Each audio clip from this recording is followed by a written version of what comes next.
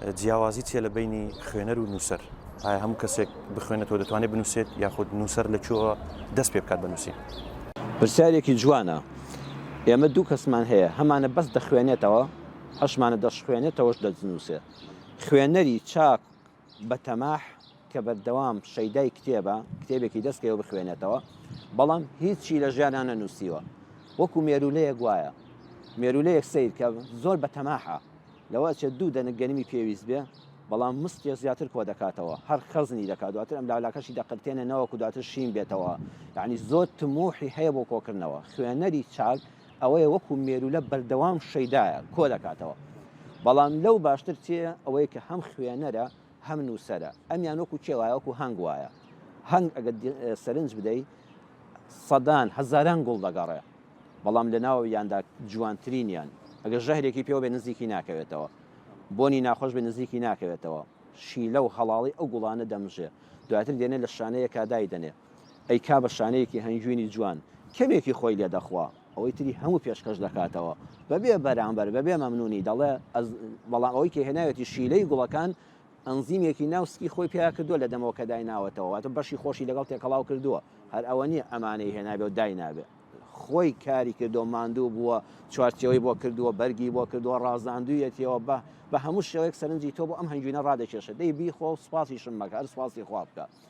نووسەریش بە هەمان شێوە دەگەڕێ لەو هەموو کتێبە، لەو هەموو سەرچاوەیە، لەو گۆڤارە، لەو ڕۆژنامە، لەو دیوانی شاعیرە، هەمویان کۆ دەکاتەوە، لە فلتەری مێشکی خۆیان دەدا، دواتر جارشکە دایان دەڕێژێتەوە، وەک شانەی هەنگوینەکە پێشکەشت دەکاتەوە. نووسەرێک دەڵێم کە نووسەری هەم چاکە هەم نووسەری پاکە، چکە هەمانە نووسەرێکی زۆر چاکە، زۆر قەڵەمی ڕەوانە، وشەکانی زۆر جوانن، بەڵام بەداخەوە چاک نییە. چاک نیە لە دوو وارە، یەکەمیان نووسینەکانی دەبنە هۆی عەقیدە شێواندنی گەنجانی ئێمە، خەڵکانی ئێمە، چکە مرۆڤ ئەگە بێت و بیر و باوەڕی بەخوای تاک و تەنهای خۆی بەم ئیسلامە پاکە کە دینمانە، کە ژینمانە، کە ڕەسەنایەتیمانە، کە نەتەوایەتیمانە، کە بوونمانە، ئینسان کە دینی لەدەستدا، دینی حەق و ڕاستی ئیسلامی لەدەستدا، ئێتە دەبێت چاکی لە کوێدا بمێنێتەوە. نووسەرێکی چاکەوەیە، هەم جوان دەنووسێ، هەم پاک دەنووسێ.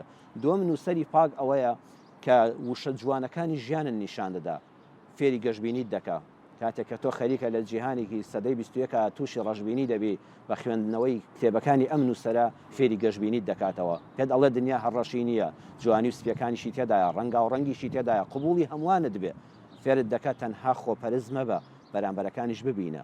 لە ناو کتێبەکەدا کە لێ دەبیتەوە دەبی بە ئینسانێکی تر، خەڵقەن ئاخر، مرۆڤێک دەبی، هەژارەکانت خۆش دەوێ، ڕێز لە دەوڵەمەندەکان دەگری، قەدری زانست دەزانی.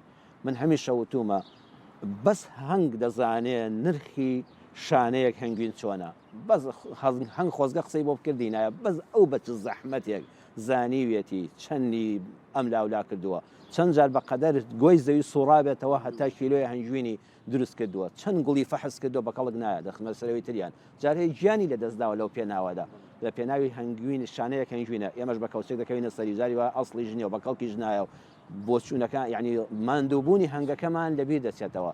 بۆیە زۆر جاوتومە خۆزگە ئینسان کتێبێک نەخوێنێتەوە تا کتێبێک نەنووسێ، هەلانی کەم نامیلکەیەک بنووسێ، ئەمجا قەدر و حرمەتی کتێب دەزانێ، ئەمجا نرخی نووسەری بۆ دەردەکەوێت.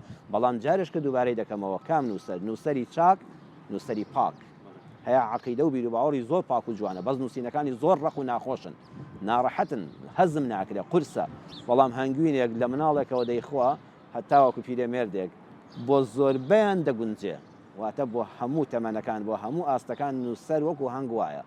ئێمە خوێنەر بە مێرولەدا دەنین کە تەماحی هەیە و قازانج دەکا، خۆی نامرێت لە برسانە، چاوی لە دەستی خەڵک نییە، وعی و ڕۆشنبیری دەوڵەمەند کردووە، بەڵام نووسەرانیش وەکو هەنگەکانوان کەشانی هەنگوین پێشکەش بە کۆمەڵگا دەکەن.